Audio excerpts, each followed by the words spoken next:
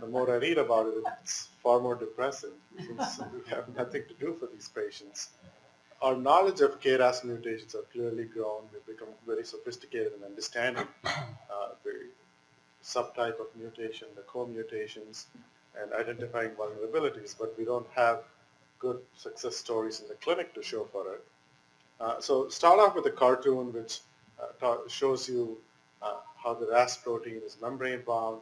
It exists in a GDP form, which is inactive, to a GTP, which is active, and RAS codes for the GTPase. And you see the number of proteins that are involved, and activated RAS turns on downstream proteins. So there's a lot of protein-protein interactions here, and that's really the challenge. The protein-protein interactions are not easy to drug. And prior attempts to use farnesyl transferase inhibition as a strategy to treat RAS patients did not pan out. So where do we go from here?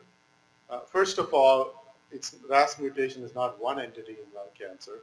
This is a pie chart that shows from a cohort of close to 500 KRAS mutated adenocarcinomas that G12C is by far the most common form of mutation in lung cancer, followed by G12D and G12D.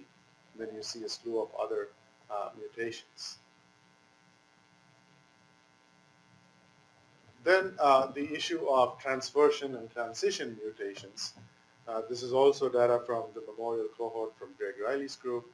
And here you see that patients who are either current or former smokers are more likely to have the transversion mutations, whereas patients who have lesser smoking history tend to have the transition. These are purine versus purine-pyrimidine substitutions. The question is, does it matter? Is there a difference in patient outcome based on transition versus transversions? This, at least, series did not show any difference prognostically between transition and transversions. Now, in the past few years, the issue that we've come to talk a lot about is co-mutations. And I think this is an important area. This may actually end up helping us tease out KRAS into different subsets that we can subsequently come up with some strategies.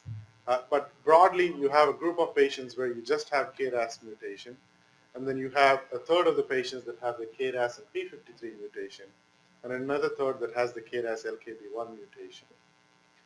At least in our experience at Emory, when we look at our patients, this group, which has the KRAS and LKB1 mutation, are absolutely the worst actors. These are the patients that crash and burn within a few months of diagnosis and die and have a very highly metastatic phenotype. This, again, shows you in a preclinical model in a paper published several years ago, where if you have KRAS mutation G12D alone, you can see the survival numbers, and this tends to be an adenocarcinoma. Whereas when you have the G12D and an LKB1 mutation, the survival is considerably lower, and this turns out to be a mixed histology tumor, highly metastatic. 61% of these models develop metastases. These are data from our group. Melissa Gilbert-Ross, who's a biologist, went back to Drosophila models to see what drives the metastatic phenotype in patients or in models with KRAS LKB1. And turns out that FAK, or focal adhesion kinase, has a very critical role in formation of metastases. And their group showed that if you can inhibit FAK, you actually effectively shut off metastasis development in these LKB1 KRAS mutants. Now the challenge is there aren't too many FAK inhibitors that are still left in clinical development. They've all been either studied or relegated to oblivion. So how do we move this forward based on this is still a challenge. Now there was a lot of hope that the effort by the NCI to set up a concentrated effort on KRAS mutations, discovering therapeutic options led by Frank McCormick, would result in some hits. And in fact, the whole notion of direct RAS inhibition was a central focus of this effort. Here you see some of the different approaches that have been tried. A lot of recent efforts are focused on downstream targets of RAS, and this is the negative results of selumetinib plus docetaxel.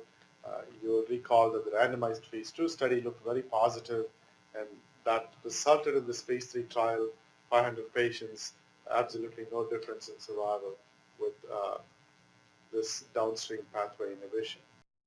This is the Lilly trial with abemaciclib. Again, had shown some activity, not responses, but more stable disease in a phase 2 study. They took this to a phase 3 trial, abema versus erlotinib in third-line therapy of lung cancer. We've not seen the data presentation, but we know it's negative. So this strategy of CDK4/6 inhibition is also not looking very promising. Now, when you look at the co-mutation story, the MD Anderson group had showed that a third of the patients will have some dependence on cyclin-dependent kinases, and this argues against it, though we have to see the data, because what we don't know is how do these 550 patients with KRAS mutation look in terms of co-mutations, and whether there is a sub-story to this overall picture. In other words, if you can tease this group down by various co-mutations and see if there is one group that actually did well with abemaciclib or not. Now, these are the publications that came out in the past few years looking at direct KRAS inhibition. There was a lot of hope. Drugs were developed. This drug, ARS-853, was a specific G12C inhibitor that was developed based on understanding of a pocket that was identified in the RAS protein. Initially, RAS was thought to be like a golf ball where you don't have any binding pockets to go after, and they found this vulnerability, and they thought this could be drugged with compounds such as ARS-853. Basically, the compound binds at a part of RAS which inhibits protein-protein interactions, keeps the compound in a trapped state, keeps RAS in a trapped state, so you don't go back into the GTP bound phase, and therefore you're turning off the downstream signaling. But despite much hope and anticipation, ARS-853 recently died, so we don't have that to look forward to. Now, what about immunotherapy? We know that KRAS mutations occur in patients with smoking history. They tend to have higher mutation burden. This was a paper from the Italian group just last month at World Conference in one of the mini oral sessions. This was like a 4-minute presentation. But they had looked at a cohort of close to 1,500 patients that had received immune checkpoint inhibition. And they looked at data for patients with KRAS mutation and without. And the bottom line number here was the median overall survival was about the same for patients with KRAS mutation as patients without the KRAS mutation. So it doesn't seem like checkpoint inhibitors provide a particularly greater efficacy in RAS mutation. Another emerging story, these are data from MD Anderson group. We have our own data that support this, and many other groups are also coming up. Mutants have a very cold microenvironment and they don't respond to immune checkpoint inhibition. This is showing through a series of experiments that you have to think about strategies that could actually revert the microenvironment to a more inflamed state in these double mutants, KRAS LKB1 mutation. So that was my last slide. As I looked at it, there wasn't really anything that looks out as promising. Work on this direct KRAS inhibition field is still moving forward. There's one drug that's supposed to come to clinical trials in the near future. It is not in the clinic yet.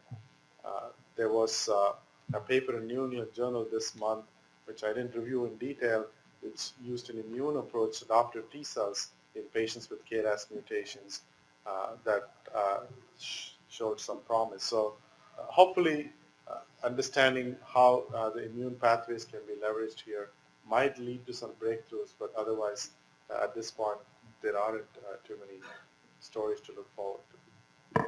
Thank you.